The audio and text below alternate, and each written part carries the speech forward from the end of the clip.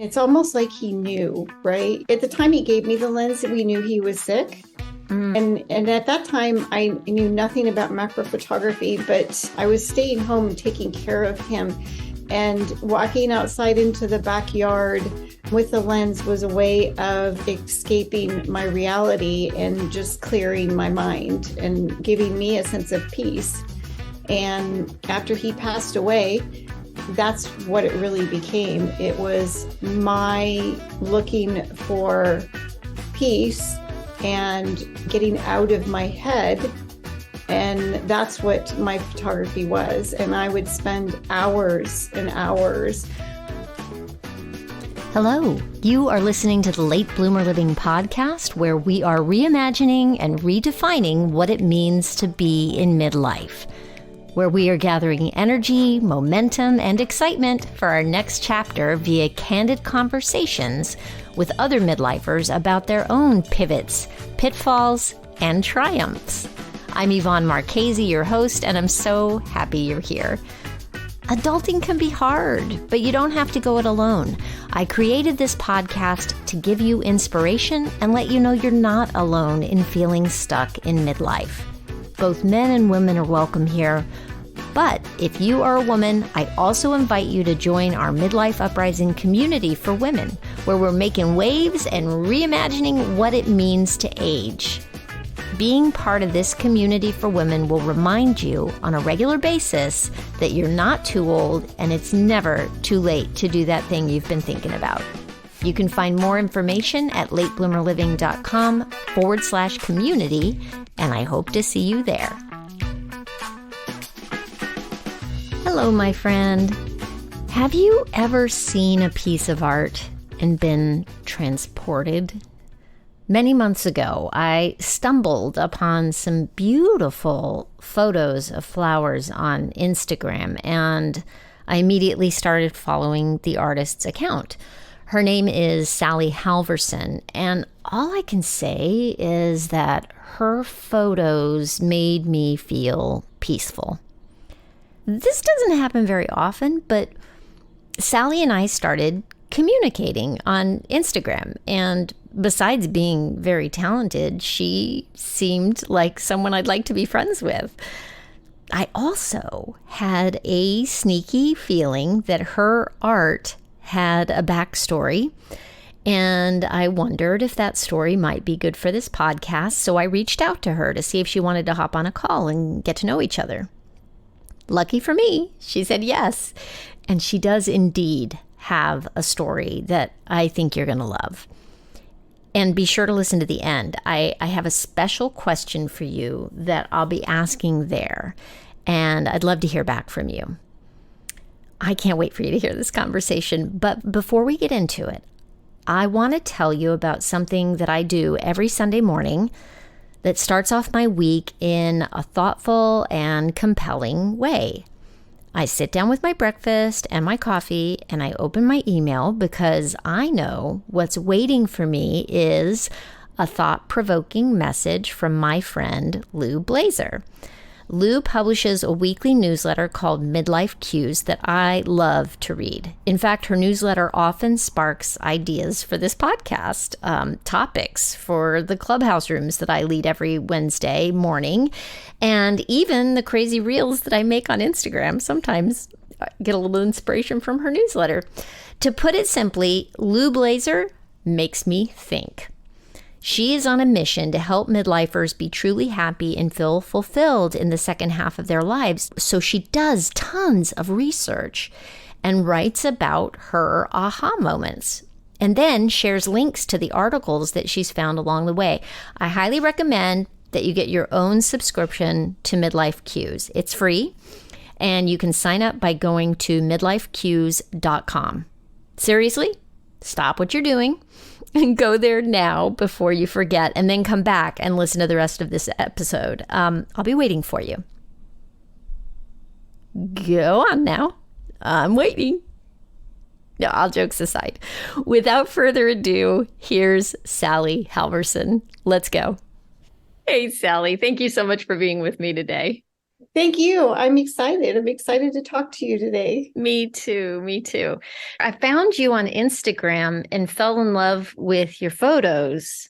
And I don't know what happened. I guess we started following each other somehow or some way and commenting on each other's stuff. And I was like, gosh, this lady seems nice. I think I need to get to Well, know her. I know. And I would see your stuff on every morning when I'd go through the feed before I started working, and I always liked your videos. I love your videos Oh, thank because you. they are, they make me laugh, they make you feel good. So I just kept going. You're always drawn to things that make you happy, right? So that's why. There you go. Well, that's what your photography does for me. So, oh my gosh. So I don't know why I just had a feeling that you might have a story. So that's why I got in touch with you. And sure enough, you do. I would love to talk about your journey to the photography that you're doing now. And do you mind me asking how old you are? Are you cool with I just am putting it out there? 61. 61. And you Yeah. do this beautiful flower photography, and it's macro photography, which for anybody who isn't a photographer, it's a special kind of lens, and you can get super duper duper close to your subject, and then you focus in very, very precisely on the focus, Mhm. and then everything else goes to blur. Yeah. And they're filled with color and light, and they glow, and they're just beautiful. Thank you. Thank you very much. I appreciate that. I would love to hear how you started doing the story about how you started doing the photography that you're doing now and what led you to it. Well, I've always been in photography, but I started macro photography when my husband passed away 17 years ago. And so he is actually the person that gave me my macro lens. And it's almost like he knew, right? At the time he gave me the lens, we knew he was sick. Mm. And at that time I knew nothing about macro photography, but I was staying home and taking care of him. And walking outside into the backyard with the lens was a way of escaping my reality and just clearing my mind and giving me a sense of peace. And after he passed away, that's what it really became. It was my looking for peace and getting out of my head. And that's what my photography was. And I would spend hours and hours. When I went back to work, I'd go home after work and I would grab my camera and my lens and I would go outside into, because we had a beautiful backyard. I would go outside into the garden and I could be out there for hours, and I would buy a bouquet of flowers and I would bring it home and I would take it and I would photograph it in the family room next to the sliding glass door because it had all this beautiful light, or I would have it in the dining room next to the windows in the garden, or I would put it in the front room because it had another exposure of light. And that is exactly how I started in the photography for flowers. And then I took a workshop. I took one workshop for macro photography. And it was at the very beginning because I had connected with a group of people that had a camera shop called That Photo Shop. And they had a well-known photographer, Charles Needle, come to do a presentation to teach. And so I signed up for this class. It was $100. It was up in Anacortes, which is an hour away from where I live. And it was a wonderful experience because I met him. I got to meet other people that were interested into photography. And he opened my eyes. When I left that workshop, everything changed. Absolutely. It's like somebody turned the light bulb on, because when I was driving home, all of a sudden the trees had more detail. The clouds were just fabulous. and I couldn't take my eyes off of everything. I mean, my brain was literally firing on all levels, and I was just seeing absolutely everything. It was almost as if it was for the very first time. And I Wow. never stopped after that. Wow. So I have so many questions. When now you used to, it was a pastime for you and your husband, right, to go out and do photography together, but it wasn't the macro photography. But that's how you guys spent time together, right? That was like Yeah. your time. Yeah, we had a trick. When we went on our honeymoon, we both had digital or 35 millimeter cameras because we didn't have digital at that time. And we had a thing where each of us had to take a picture of the other person so we would know whose roll of film it was. Huh?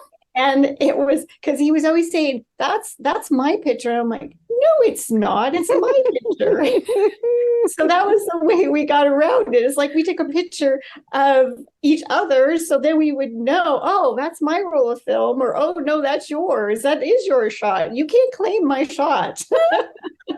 That is so funny. And so, wow, wow, wow, wow. How long were you guys married? We were married for 14 years. We were together for 18. Wow, wow. And did you, there was some time that you spent as a caregiver for him, right?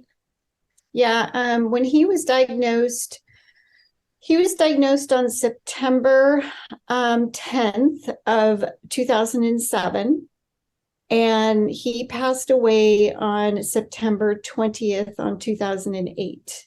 So you had a year. So I took care of him for a year. Wow. I went from wife to caregiver overnight, basically, because his illness went from diagnosis to critical almost immediately. As soon as they started doing radiation on him, things changed very quickly. Wow. Were you going out into the backyard while he was still alive and taking photos just to give yourself a little bit of a break, like a little Initially, self-care thing, or? yeah, when he gave me the lens, I initially did. Mm-hmm. But as the illness progressed, um, it was so overwhelming um, to care for him because he had cancer in his sacrum. And when they did the PET scan, he basically lit up like a Christmas tree. So it was in his entire body, but it was in his bones.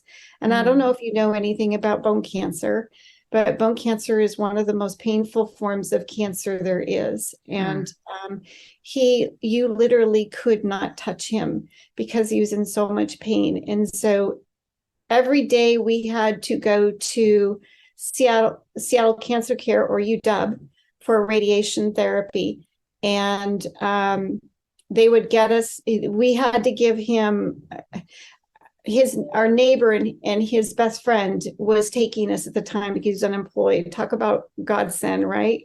Because I wouldn't have been able to do it. It was an hour drive from our home every single day to go in for radiation. And it wasn't just driving, it was hour traffic drive.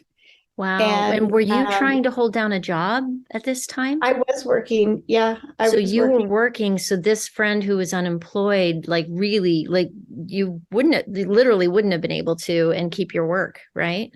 Well, so my job, the place that I worked for was amazing. I remember the president of the company called me into his office, and I thought, oh my God, he's going to let me go. And he said, you need to take care of yourself and Pemmer. And he said, I don't care what you have to do. He says, I don't want you here. I want you at home. I want you to care for him. And you do what you have to do, and you don't worry about us. We will be here, and so will your job. And they paid me for the entire time, the entire year that I wasn't working, my salary, because if they hadn't, we would have. Wow. I could only imagine that we would have lost everything. Wow. I mean, like I said, God send, there's people come into your life for a reason and a time. And I worked for that company for 19 years before they closed their doors because I loved them. But I would never, I never felt like I could ever repay them for what they Right. did, Yeah. So Yeah. I would never leave. It's incredible that they did that. That is Yeah. amazing. Amazing. Wow. So the macro lens was a gift, and it's not like you had been out in the backyard taking photos. He just gifted you this, and that started you down the path. Yeah. Wow. Yeah. Wow. It's all, like I said, it's all because of him Wow. in many different ways, he continued to provide, love and comfort after he was gone through what I was experiencing. That's how I viewed it. It's when somebody gives you something like that and it has such an impact on you, it reflects in everything. And I honestly feel as though he's with me when I'm Yeah. photographing. Wow. Oh my goodness. Wow. So what, so how, it's been 17 years since he passed, right? Yeah, Wow. It's a long time. it has been a long time, but in some ways, it doesn't feel that long. We had such a wonderful relationship. We were so close. We did everything together. Literally after he died, I felt like I had lost everything. I mean, and I still had family, but it was we were together all the time. I mean, we did everything together. And when you take that whole being away from you, it's like you have nothing left. Wow. That's how I felt anyway. Yeah. Mm. So sorry for your loss. It's Thank amazing you. how these, I just am so, ah, I'm so moved that this gift that he gave you continues to give to you 17 years later. That's Yeah. amazing and incredible. And that you have, I don't know, it's like you've honored the gift, because it's a gift you're giving yourself at the same time. It is because it definitely allowed me to heal Yeah. and to, be present in life. I'm not even sure how I would have ended up if I didn't have the lens. It was that important to me. It gave me it just gave me peace. The images gave me peace, and for a long time I didn't really understand that. I was very drawn to the softer side of the images because there's no hard edges and there's no complicating parts of the image. It's just whatever you're focusing on. And I used that focus to get out of my head. And I had people telling me that my images were peaceful Mm-hmm. initially. And I would look at them like, you're crazy. Because at that Hmm. time, I was still searching for it. Hmm. But I had to take a step back and I had to relook at the images. And then I understood. As hard as I was trying to find it, it was right there in front of me. And I was showing it to people and they understood it. But I didn't. It's like trying to see yourself. Yeah. I feel like, it's hard to have that kind of when your work when like if you're making art, I guess you know, it's hard to separate yourself from the art you're creating. Mm-hmm. And if you just think about like how self-aware are we really? You know, you know? Um, I feel like I'm getting a little better about it, but you know, we kid ourselves all the time, and I think it's fascinating. Sometimes people really do see things in us or in our work that we We don't don't have see. a clue. Yeah, Yeah. yeah, yeah. Um, and it's still something I use to get out of my head, Mm-hmm. you know, and Yeah. it's not a, when when I teach people, I tell them, you don't walk up to a flower and just take a shot and have it be amazing. You walk up to a flower and you look at it and you photograph it a couple times and you kind of get in an element where things start falling away. And once you get rid of all of the noise, that seems to be when the magic really happens. It's just, for me, that's when it happens, because that's how I see my images. What you see is exactly what I see, but there are so many people that don't see it that way, because we're all drawn to different things. Art is made up of so many different pieces, right? Mm-hmm. And I like the softer side because it's uncomplicated and it's peaceful. And there are other people that like structure and more detail. I would argue with anybody that says that my images don't have detail, because I'm focusing on the minute details. Right. You've And got a very specific detail, and everything else around that falls into this softness. That's what I love about them. I'd love to go back to what you were talking about when you took that class and you said that, he opened your eyes. What was it that can you identify what he said, something that happened in the class while you were taking it? Well, they had several different stations set up, and we could go around and just photograph flowers in front of glass or behind glass or reflecting in a copper kettle or out into a garden. And it must have been the act of doing that and actually seeing the result in the camera.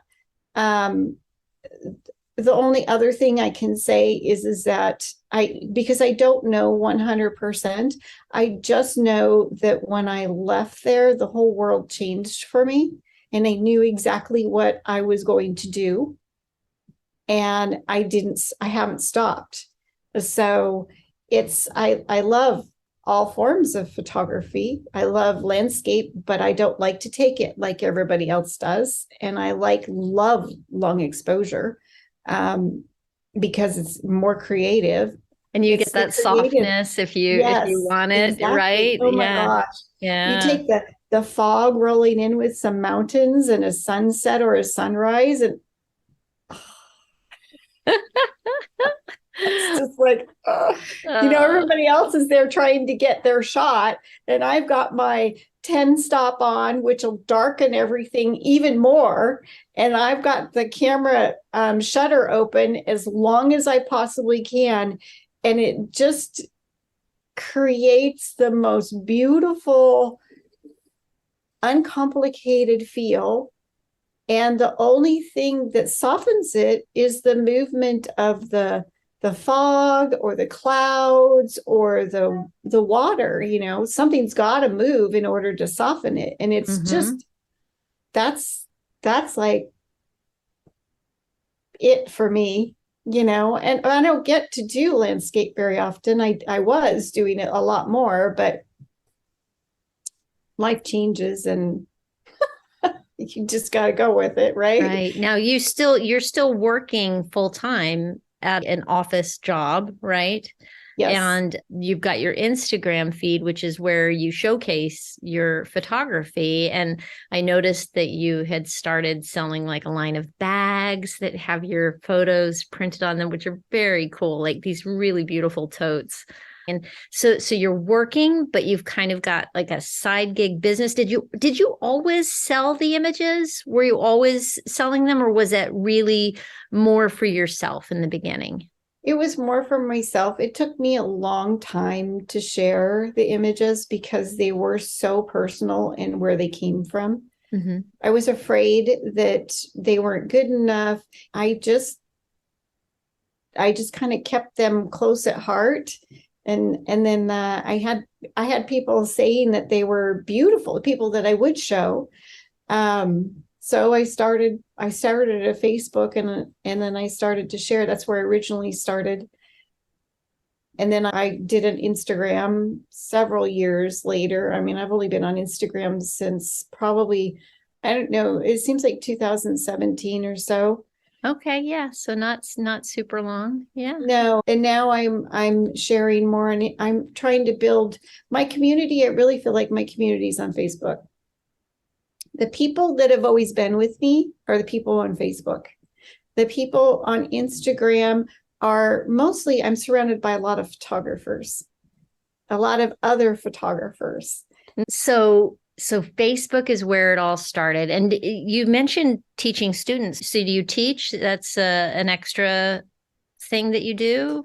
I kept having people ask me if I taught. And my initial responses were no, because I'm not technical. And I was afraid that people would want to get into the operation of the camera and stuff. And when I was learning, I didn't pay any attention to that. If people asked me what my settings were, I just looked at them like, I have no idea what my settings were.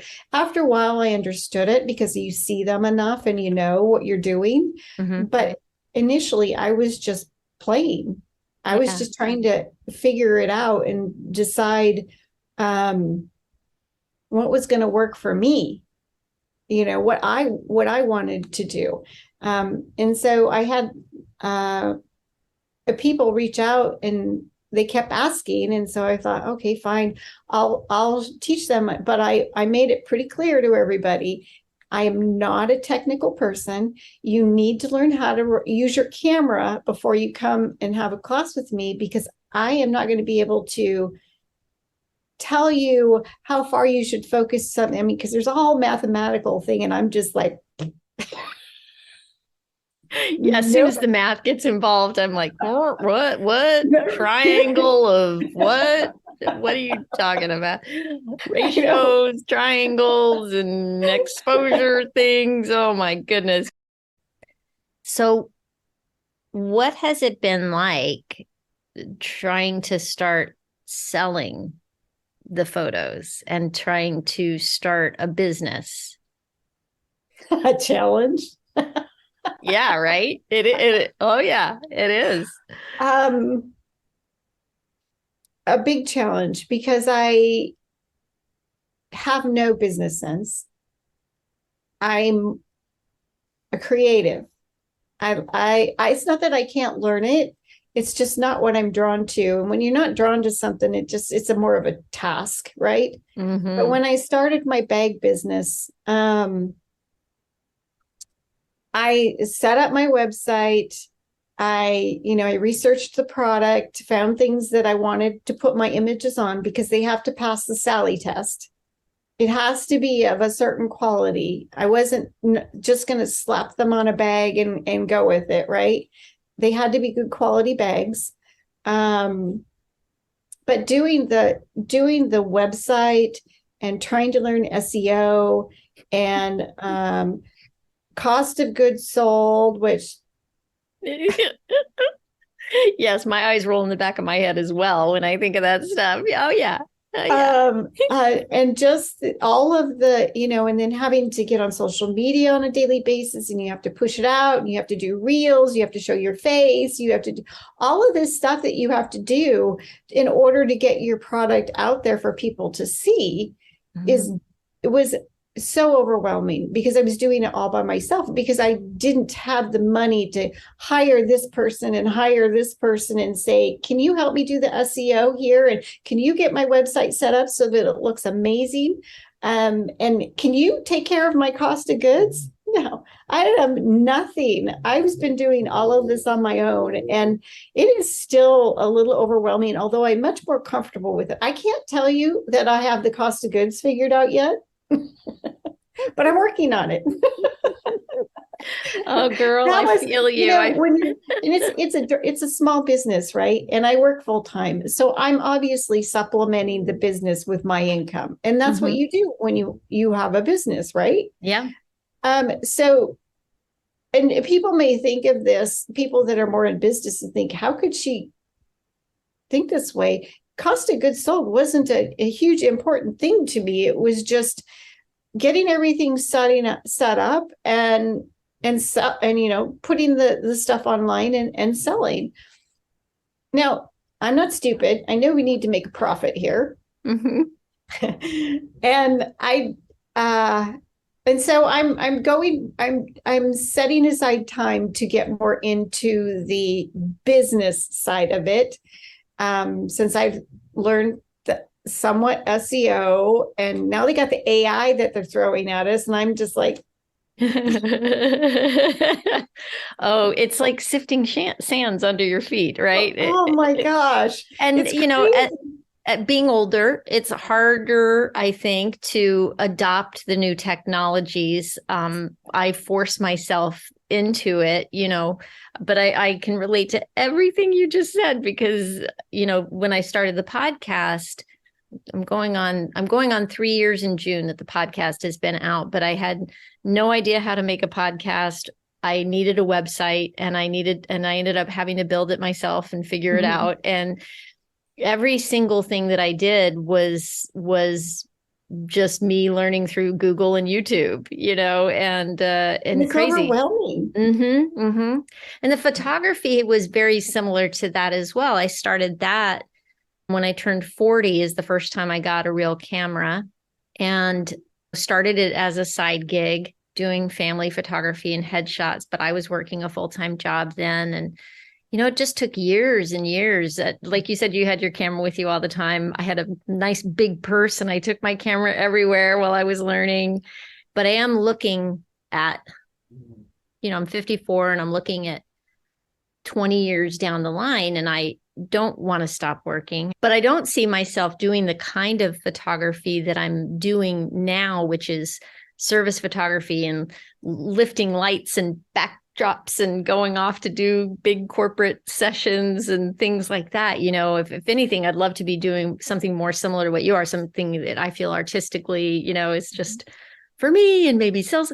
But all that said, I am like, okay, well, what else can I do when I'm 70 and 80? And so I'm looking at myself more as an entrepreneur and trying to learn those skills after having been a creative my whole life, and it's something, it's a mind shift. Oh my gosh. Right. Well, the nice thing about macro photography is in your 70s and 80s, all you have to do is open up your back door. Sally, this has been incredible. How can people find your work? I mean, one more question real quick. Do you sell prints as well as the bags, or is it just the bags? No, I have a print website that's specifically prints, and it's got some other merchandise, but it doesn't have the bags. It's Sally Halvorsen Photography. And the bags are Sally's Blooming Bags. I love that name. So I will have links in the show notes for people. So if you're driving, don't worry about it. Go to my show notes and I'll have a link to Sally for you there. And thank you. This was such a pleasure. I've had such a wonderful time. I have really enjoyed this. So thank you very much. I appreciate you very much. So welcome. Thank you. Well, there you have it. This conversation has left me thinking about the power of nature and the power of art and the power of having a passion project. For Sally, photographing flowers became a therapeutic outlet after the death of her husband. And through her photography, she found solace and a renewed sense of purpose. And as she shared her photos with others, she also found a sense of community and support. Through the simple act of photographing flowers, she was able to find a path towards healing and hope. And her journey has made me go back in my mind to a few years ago when I decided to do a personal photography project where I took a photo a day for a whole year using my camera phone and made myself post it to social media just so I'd have a sense of accountability. So I would do it every day. Now, let me be clear. I am not comparing my photos to what Sally is doing. But what I do see in common is the power of having a passion project. I ended up extending that project to a second year, and in hindsight, which we all know is 20/20 vision, I now suspect that doing that project for 2 years was part of my own healing journey. The project started in 2016 and extended through 2017. And somewhere in there is when I decided to start the morning routine that shook me out of my midlife rut.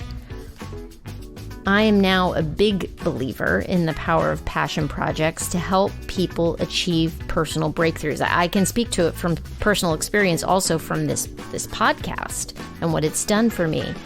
And I'm wondering, have you ever taken on a passion project and experienced crazy personal growth because of it? I would love to hear from you if you have. If you have, please email me at latebloomerliving@gmail.com, or you can feel free to leave me a voice message. I've got this handy little link on my podcast page at latebloomerliving.com/podcast. If you scroll down about halfway down the page, you'll see a button there that says leave a message for Yvonne or something like that. So also, you can go there to latebloomerliving.com/podcast if you're interested in learning more about Sally Halvorsen or checking out her website. I'll have the link to the show notes for this episode on my podcast page, and links to her are there. And that is it for now. Thank you so much for listening. I hope you have a fantastic week. Stay safe and well, and talk soon.